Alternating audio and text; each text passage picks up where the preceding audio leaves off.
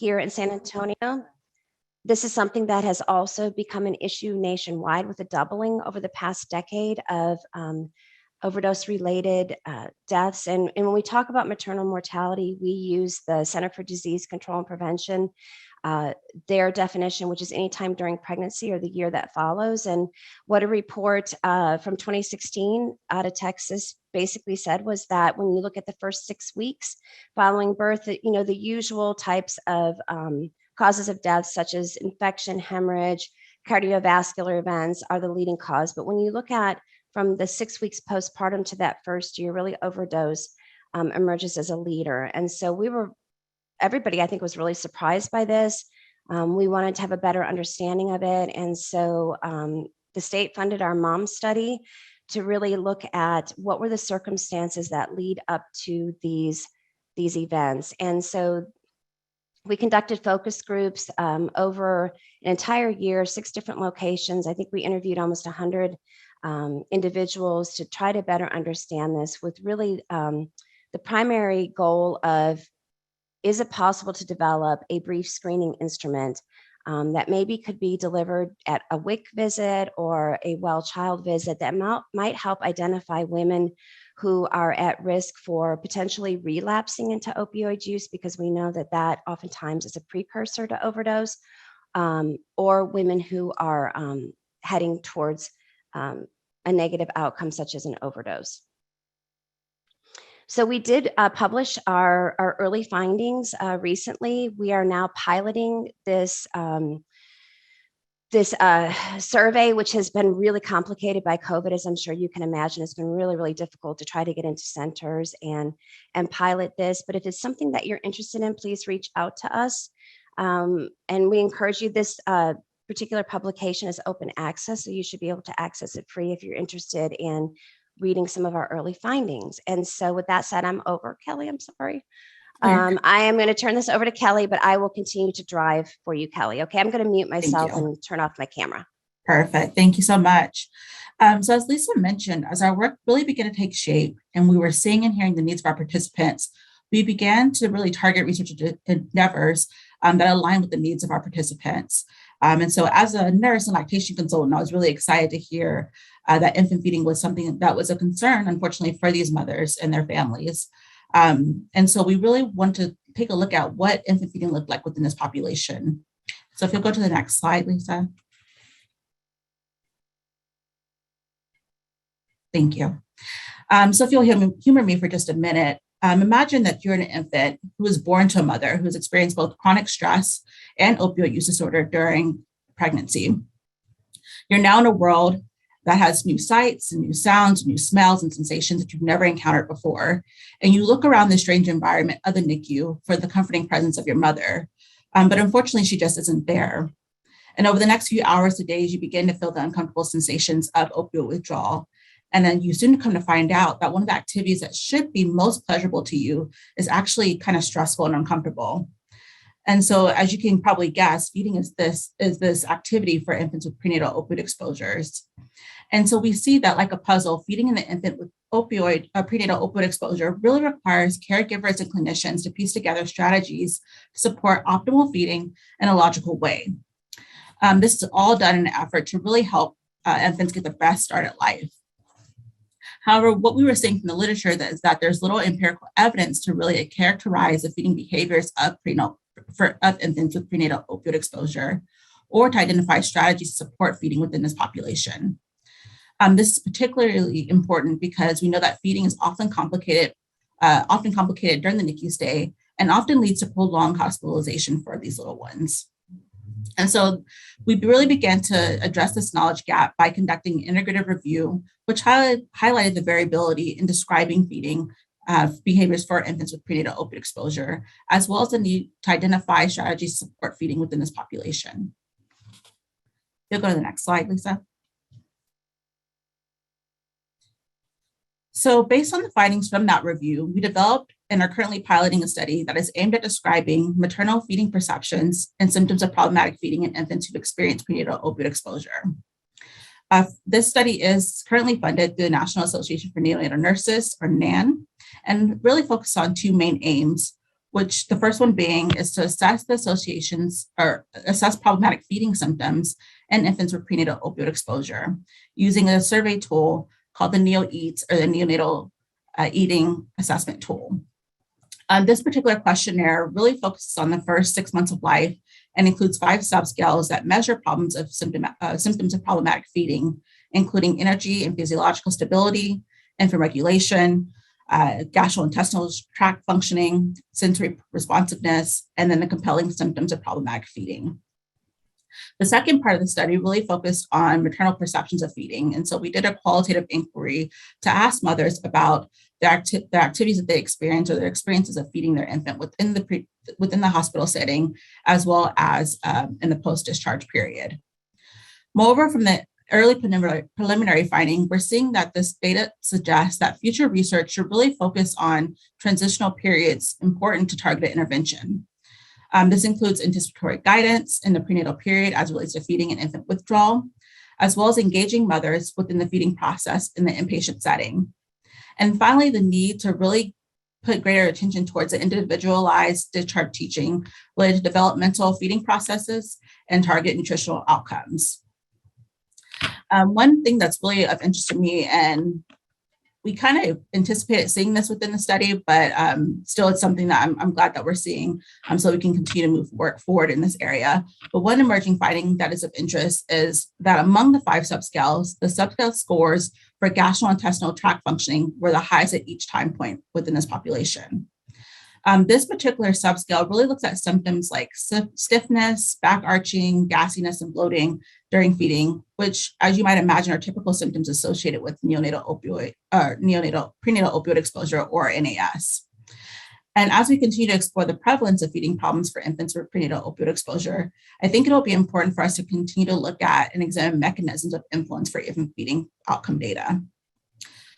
Factors related to infant feeding GI tract may be an important piece of the puzzle to addressing some of our questions.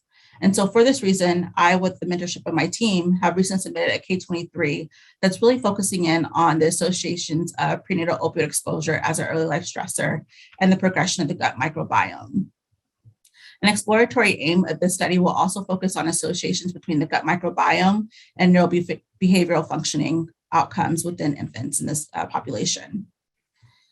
I think building scientific evidence to support the use of identification and neurobehavioral dysfunction, including infant feeding problems, will really help us develop targeted feeding approaches for these babies and their mothers, and hopefully help to improve outcomes in the short and long-term period.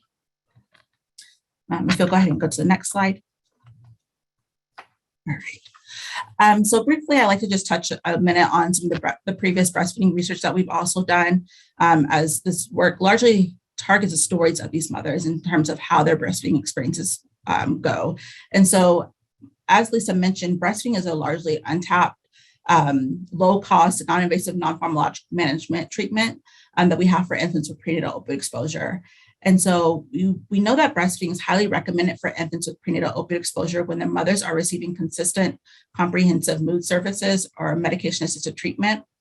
However, despite recommendations from several national organizations, including the American Academy of Pediatrics, we still know that breastfeeding disparities largely exist for infants with prenatal opioid exposure. Approximately about 10 to 30% rates for breastfeeding is approximately 10 to 30% lower among this population than that of the general population. And so some of this work really highlights the misinformation that surrounds the safety of breastfeeding for mothers and infants within this population. In fact, maternal reports describe the stigma that's often associated with being a mother with opioid use disorder and the impact of stigma-based care on infant feeding choices and outcomes. If you go to the next slide. Thank you. To this end, our team continues our efforts to advocate for the provision of breastfeeding and human milk for infants with prenatal opioid exposure. Here on the screen, you'll see some of our most recent work that you can include in your own toolbox to advocate for breastfeeding within this population, including a social justice policy paper that was published in the Journal of Human Lactation, as well as our most recent position statement from our Association for Women's Health, Obstetrics, and Neonatal Nursing that really focuses in on breastfeeding recommendations for women with opioid use disorder. We're currently also revamping this position statement, and so hopefully that will be coming out in the next year or so. And at this time, I'll go ahead and pass it over to my colleague, Dr. Jacqueline McGrath, to further discuss some of the future directions of our research. To better understand what we are doing, we wanted to really understand what's happening with breastfeeding in the area. And so we looked and did an integrative review and meta-analysis that has actually just recently been accepted for publication. It's available already, though, as an EPUB ahead of print, looking at the effects for breastfeeding for infants with NAS. And we actually do a meta-analysis across the 13 studies. Interestingly, these 13 studies, 12 of them are retrospective chart reviews, which we all know are kind of the most messy studies you could have. And only one of them is a prospective study and with a very small sample. So there's a lot to be done and a lot to understand. Given that, we also have two active studies building on this work. One is a randomized control trial providing donor human milk as a means to have an exclusive human milk diet for infants with NAS and or who are prenatally opioid exposed. That trial is very different in that these children are term most often and most often wouldn't qualify for most of the other donor human milk protocols that are going on in the hospital setting. So we have that study in progress. And we're also in the process of conducting a chart review in our own setting to try and better understand what actually is happening. These studies, all three of them, are preliminary studies really for an R01 that we're planning to submit. Next slide. So the future directions is really where I want to go. Those are kind of what we've been doing, but really, where are we at with dissemination and our grant applications? Next slide, please. So Dr. Cleveland introduced a little bit earlier this idea of actor-partner independence model. So we've been considering different ways to continue to explore the issues to best support mothers and infants who are affected by prenatal opioid exposure. And one of the things that we came across in our last grant application was this idea of really this higher level of exploring dyadic relationships. And kind of at the same time, NIDA came out with a special call related to looking at dyadic relationships, dyadic processes, dyadic interactions. So we were very excited because this really speaks to where we want to go next with our research. So we are planning a submission for this special call in March, and we're planning to use the actor-partner independence model. This model has not been applied much in the infant population. There's been a few studies, only one with our population published, and a few with just parent infant populations. But most of the research done with this model is more about couples or adult relationships. So it's a very interesting model that really looks at the dyad as a unit of measure, as opposed to looking at each partner separately, the parent and the infant. This looks at comparing truly dyads across the data set. Next slide, please. We're also have several manuscripts under review.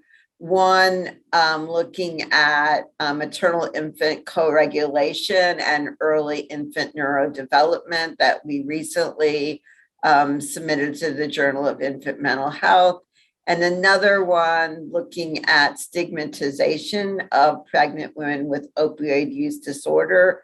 We actually just resubmitted that today. The first review was very good, so we feel it's likely that will be in press soon. We have a couple other papers that are in development. One is about increasing this understanding of the actor-partner independence model. We want to really get into the model and get our name with it a little bit and really understand that. So I've been working on that piece currently. And then another one looking at the effects of oxytocin. I just recently found a new paper about the use of looking at oxytocin in mother infant dyads with prenatal opioid exposure. So I want to think about how do we get into that space.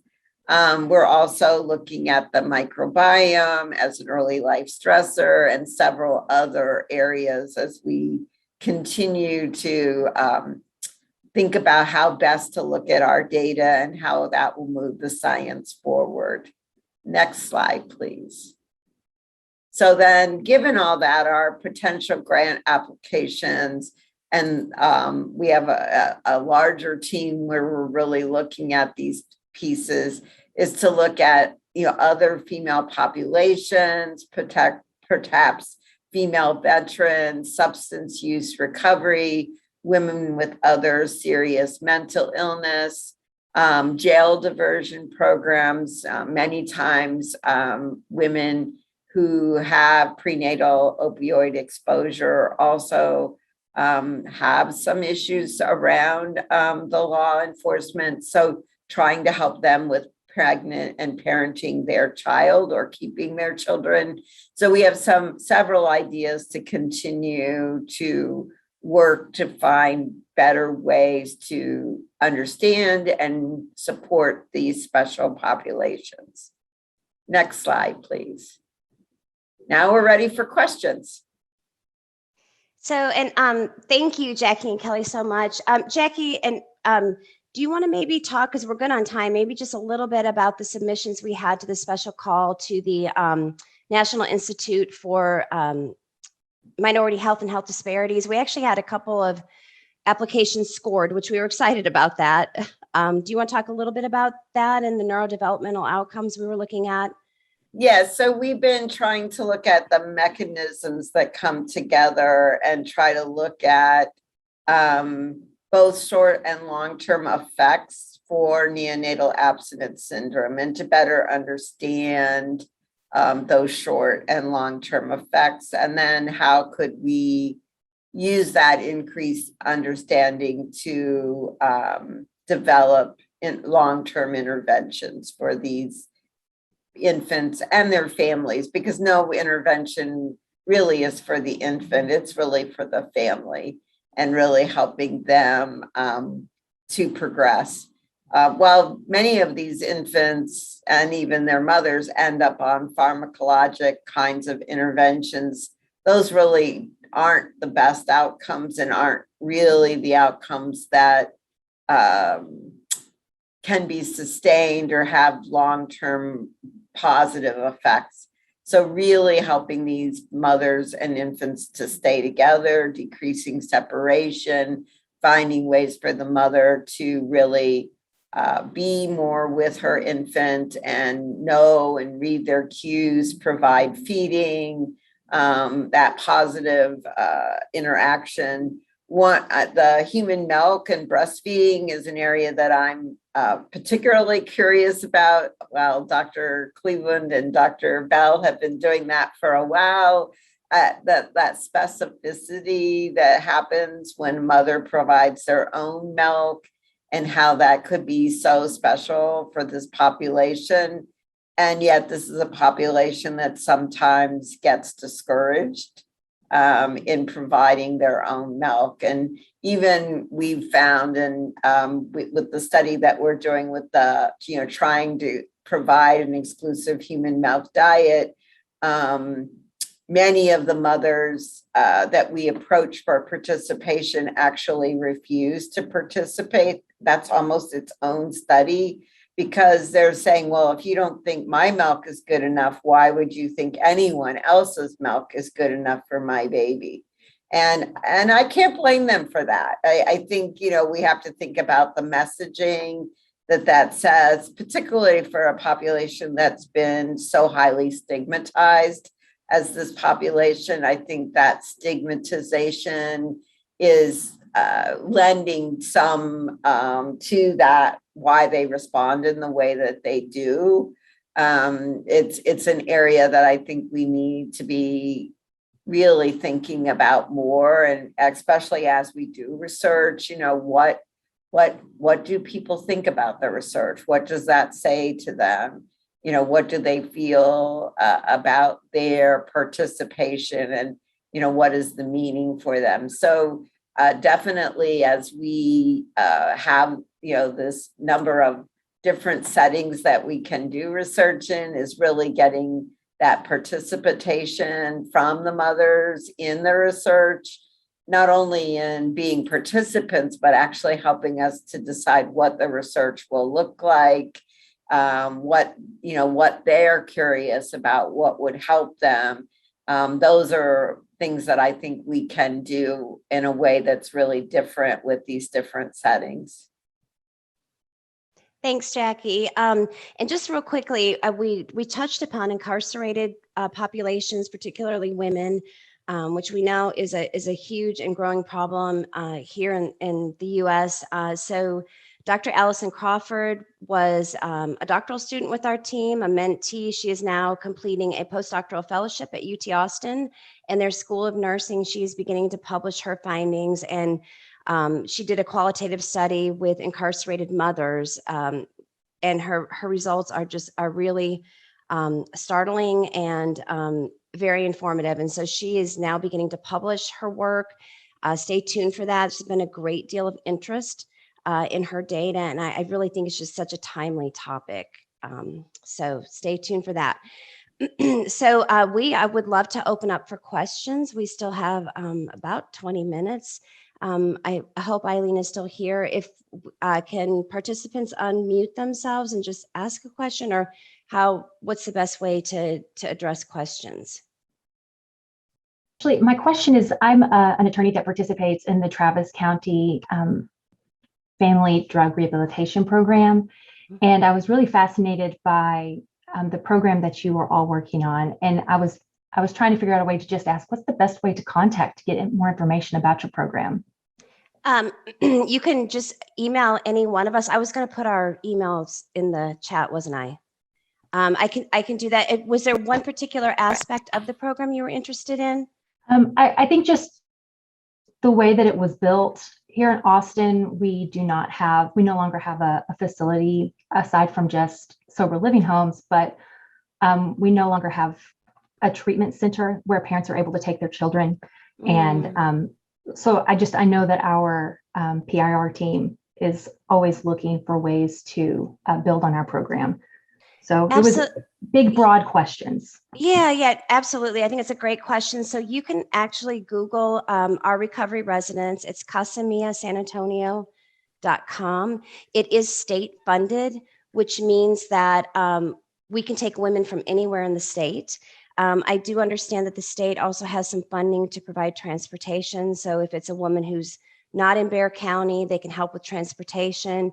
Again, as our capacity increases with the new campus, I think we probably will see women from other areas of the state being transported.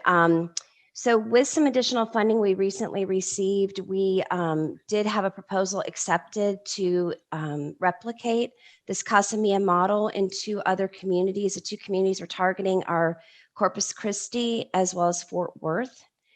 So this model should be expanding.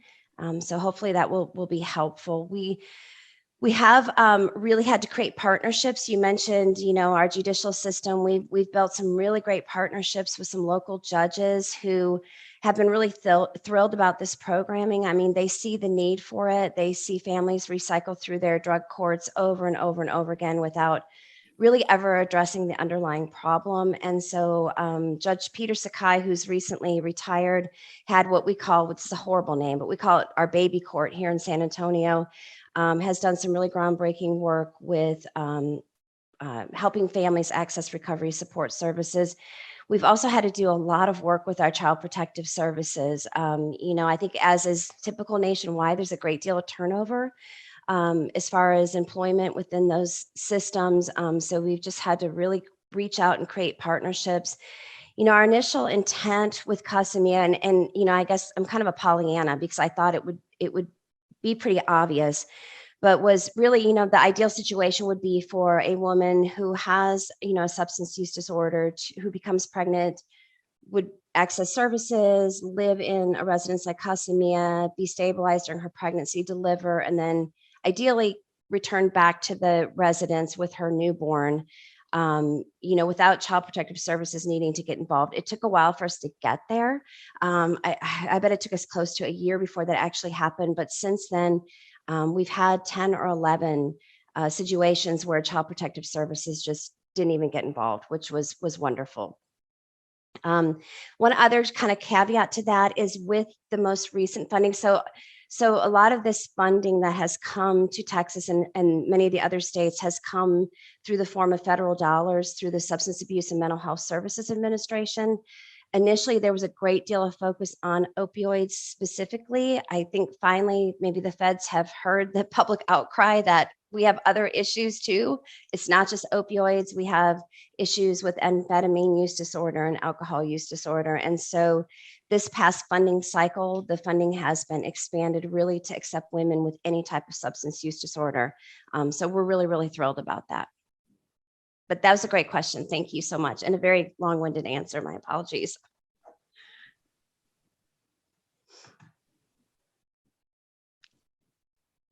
So I think you might have addressed this already, Lisa, but I see there's a question in the chat. Reading, based on your work and research, do you have any recommendations for state policies to address substance use in pregnant and birthing people? Oh, goodness. Yeah, I mean, I think that, oh goodness, this is like this could probably be a whole talk on its own. I mean, beginning from the very beginning, I think just looking at the way we view substance use disorder, our nation, we are in the midst of a mental health crisis. I don't know that anybody can really deny that. Every year, our rates of overdose increase. I think a couple years ago, we had an all-time high at like 70,000. Well, this year it was 100,000. I mean, that's 100,000 preventable deaths. And our team has done a lot of work around stigma. Kelly, you might even want to talk about that a little bit, but I think reducing that stigma and finally acknowledging substance use as really the chronic public health condition it is, and giving it that respect so that we can finally get a handle on the stigma that surrounds it. Kelly, do you want to go from there? Sure. So I think one of the big things that we think about in terms of policy is the importance of considering intersectional factors. And so obviously with any policy that we develop, it shouldn't be a one size fits all approach. We really have to think about what are the multi-level factors that these patients and their families are dealing with in their lives. And so looking at policies that are not going to take away the rights of one particular group in and of itself, but really thinking broadly and how policy can be developed to ensure that women across color lines, across socioeconomic status, and then of course those who have been previously incarcerated with substance use disorders is very important. And some of the work that we've done looking at breastfeeding, we see these multi-level factors that may affect their ability to breastfeed or provide human milk for their children. And so normally these issues start within the self. A lot of these women have used language that they've heard from others, calling themselves addicts and things like that. And so we want to normalize the fact that we use substance use as a health condition and not something that is morally corrupts someone. And then looking at how those policies really infiltrate both our healthcare systems, but also our legal systems as well. Unfortunately, a lot of the current policies that we have are not evidence-based policies. And so I think creating partnerships like the BCNC or the Bexar County NAS Collaborative really help us to bring stakeholders across across different entities to really come together for collective impact and really be able to look at these issues from a multi-sector approach. Thanks, Kelly. One of the other things too I wanted to touch on is the issue of trauma within this population. I know we didn't really focus on it during this presentation, but it is truly at the root of all of the work we do. The evidence is really strong when it comes to underlying trauma and substance use and the correlation between the two. And so I think really grounding this work in a trauma-informed approach, I think is absolutely critical.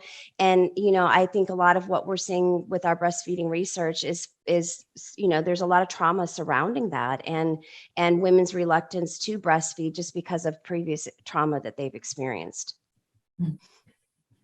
Yeah, most certainly. I think, as you mentioned, the trauma starts in the community, but then we also take that into the inpatient setting. And unfortunately, these women are already coming in with their own guilt that they're associating with being a mother with a substance use disorder. And unfortunately, sometimes we as healthcare providers don't do a great job of really, one, acknowledging that they're already facing those guilt, but then we also bring in our own bias sometimes to the care that we're providing. And so oftentimes this further traumatizes women and their families. And we question why they're not coming to the NICU, why they're not coming to feed their babies, or why they're not sitting at the bedside. But as you all might imagine, I probably would not want to come to an environment that I don't feel welcomed in as well, even if that is unfortunately keeping me away from my child. A lot of the mothers do say that they'll just wait till their child gets home so they can love and care on their children the way they want to, without being judged in the NICU. And so I think we really have to think about taking a step back and looking at our own implicit bias, and how that affects the women and children that we serve. Absolutely. Thank you, Kelly. I saw, it looks like Gloria put in the, the chat box. So it looks like, Gloria, you work with OSAR. So Nueces County, which is Corpus Christi. So that's really exciting. You probably will be interested to know about the recovery residents we're planning. We just met with, so for that particular recovery residents, we're partnering with a large national nonprofit called Dismiss. They already have a footprint in Corpus Christi and have the capacity to purchase property for which then we can just essentially use our funding to help, to pay for the programming. So stay tuned for that. We met with them this week. They're going to be submitting their budgets to us. Something else that may interest you in that region, in addition to the work we do around women and children, our team also, we run the state's free Narcan program, Narcan being the medication also known as naloxone that can reverse an overdose. But we also have some other programs. One is a first responder follow-up program. So with this particular funding, we are funding 13 different EMS programs around the state to do follow-up visits in people's homes or wherever an overdose incident may have occurred. We are hoping to get one in Corpus. It's been a little bit of a struggle. The pandemic has just made everything more difficult, and there's just limited resources, but I know there's a great deal of interest in having an EMS program in Corpus. And so ideally, the point of these programs is to engage with folks, following an overdose, to make sure that they've got follow-up Narcan in case it would occur again, but then ideally to do a warm handoff into treatment and recovery support services. We are also partnering with Dismiss in Corpus to open what we call an overdose prevention drop-in center. We have 3 pilots right now, one here in San Antonio, one in Austin, and then one in El Paso as well. With some additional COVID relief funding we received from the state, we're going to be replicating that model in 3 additional communities, one being Corpus. We're also looking at the Laredo area, and then I think we're going to target the Fort Worth area. So that, stay tuned for those. Those may be really helpful for you, especially since you work with OSAR. Do we have any other questions? Anybody else in the UT system doing similar work? I think that was kind of our goal and providing today's webinar. We'd love to engage with other folks who have a similar interest or maybe have some additional work going on. It would be really great to begin some cross institution collaborations. I'm so sorry. I just clicked over. I'm totally listening and I hit the wrong one. I'm so sorry, but this has been absolutely phenomenal. Thank you. Glad I'm not the only one who has technology limitations. Looks like Tina has a question. Tina. Hi, Tina. Hi, I'm from Dallas, and the information you guys have shared is simply phenomenal. And I just want to just compliment you guys for all that you do, and I really appreciate it. Thank you, Tina. And so we actually just began an EMS program in Dallas that may be of interest to you. It's taken us a while to get it up and going, but that is a great group in Dallas. We love them to death. They were one of the ones, after we had the initial pilots, they actually approached us at a EMS conference and said, we want one, bring it to our city. And so we've been partnering with them. They're just amazing. And I think they're going to do really awesome work. Fantastic. That's great. So I see is it Risa Sandaro? It looks like there's a comment, 0 to 3. So Kelly, I know you've done a lot of work with 0 to 3, right? Yes. Mm-hmm. Start a program called Save Baby. Oh, very interesting. Oh, awesome. I think I did see that. Thank you for bringing that up, Risa. Thank you. Yeah, we'll definitely look into that.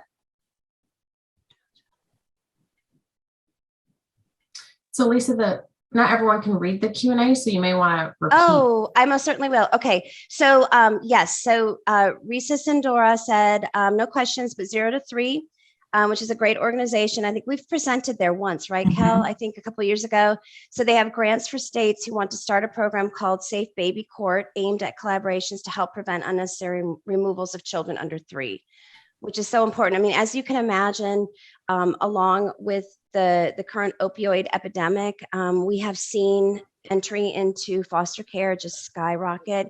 In some of the states that have been most hit, particularly like the Appalachian region, their entry of children into foster care is just staggering and heartbreaking. So that is really, really important. I don't know if you want to mention, Lisa, but a lot of our qualitative research, we're seeing that a lot of overdose or relapse during pregnancy and postpartum are often strongly influenced on the removal of the child. And so I think that's definitely an area that needs continuous work. Absolutely. Thank you, Kelly. And the publication that we put in the slide presentation, gosh, Kelly, do you remember where we published that paper? I'm spacing out on it. I think it was in Addictions, if I'm not mistaken. Addiction. Yeah, the Journal of Addiction. You will see that is truly a theme that runs throughout, whether we were, and so for the mom study, we actually talked to women who had either relapsed into use during that, what we're calling the maternal period, or had a near miss overdose. And really, like Kelly said, what they told us, and we had kind of heard this anecdotally through some of our previous work, but this really made it very clear that when Child Protective Services gets involved or removes a child, that women are very, very vulnerable. They lose hope. And there's really, they've told us there's really no purpose in continuing with treatment. They lose hope. So at that time, they're very vulnerable. So then it looks like Norma commented, hello, my name is Norma Cifuentes. I hope I'm not destroying your name. And I oversee the maternal and child health section at Metro Health. And I would love to see how we could collaborate in the future. So, and Norma, I don't know if you're able to respond, but is this our Metro Health here in San Antonio? I'm assuming yes. So absolutely, just give us a call. We'd love to work with you. And then Risa commented, South Carolina is starting. I'm going to talk about work. Starting the Safe Baby Court, I'm assuming. Okay. Awesome. That's great. That's my alma mater. And then also she commented, I'm in Kentucky, but work with kids who are exposed 0 to 5. Our agency has a couple of mom and child sites. Great. Yeah, I know Kentucky, you all have been dealing with this for a long time. I really was not aware of I think probably about 5 years ago, I was invited to come and speak at a breastfeeding conference through a lactation consultants group. I came and spoke at kind of that tri-state area. It was Kentucky. It was just that whole area, Ohio, and then I'm forgetting one of the states. But anyway, it was that whole area that's just been really devastated by this problem, and really interesting. Y'all are doing some pretty, I think, very innovative things. For example, 5 years ago, I learned that region was already using buprenorphine or Suboxone to help withdraw newborns, from following opioid exposure and having some really good success. And so that was innovative. It's still innovative now, actually, but it was super innovative 5 years ago.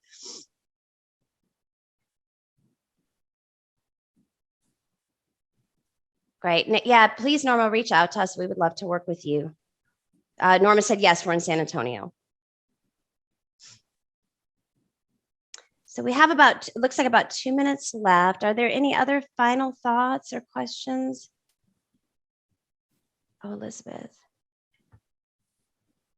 So Elizabeth Bates, I'm not missing anybody, am I, Kelly? No. Elizabeth Bates says, I'm a doctoral student at the University of Oregon and doing work with the Center on Parenting and Opioids at the university. We're focusing a lot on interventions during pregnancy and during early childhood, and not as much on NAS. I'm really interested in your work and would love to learn more. I'll reach out. Oregon also started Project Nurture, which has a lot of overlap with your work too, for a cross-disciplinary approach. That's wonderful. We actually worked initially with our state a great deal. We have a program here in San Antonio called the Mommies Program. It was initially funded by SAMHSA. When that funding cycle ended, our local county hospital picked up funding because the program was so successful. Our state asked us to develop essentially a toolkit explaining the program, and then we kind of helped to disseminate it across the state.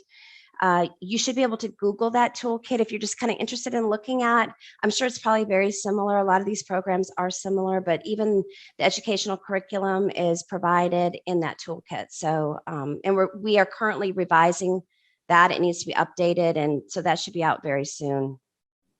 And then looks like Crystal said, I don't have a question, but Arizona has a Hushabye nursery in Phoenix that is doing great work. Oh, I would love to look into this. Thank you for providing the link. They may be good to collaborate with. Arizona also has a strong court team that supports multiple providers involved in families' lives by providing trainings and conference. That's really great. So the nursery that we are opening, we are loosely modeling after Lily's Place, which is West Virginia. That was the other state I was trying to think of. So Lily's Place is in West Virginia. It's been there for quite some time. Similar model. We've been talking with them quite a bit, and they've been real helpful. But I will definitely reach out to the folks in Phoenix. Jackie, you could probably do that. You live in Phoenix most of the time. So the Hushabye nursery, I've already know about that. Actually, the neonatal nurse practitioner that's the co-founder is one of my graduates. Oh, good. Awesome. Good. We'll have to connect with her. That. Mm-hmm. Thanks for that, Crystal. And then Elizabeth just said, it's wonderful to hear about your work. Thanks so much for sharing. Thanks, y'all. And I think we're about a minute over time, so we should probably end, but please feel free to reach out to us. Thanks so much for joining us today. We look forward to hearing more from y'all. Have a great holiday season and rest of your day. Bye, everyone.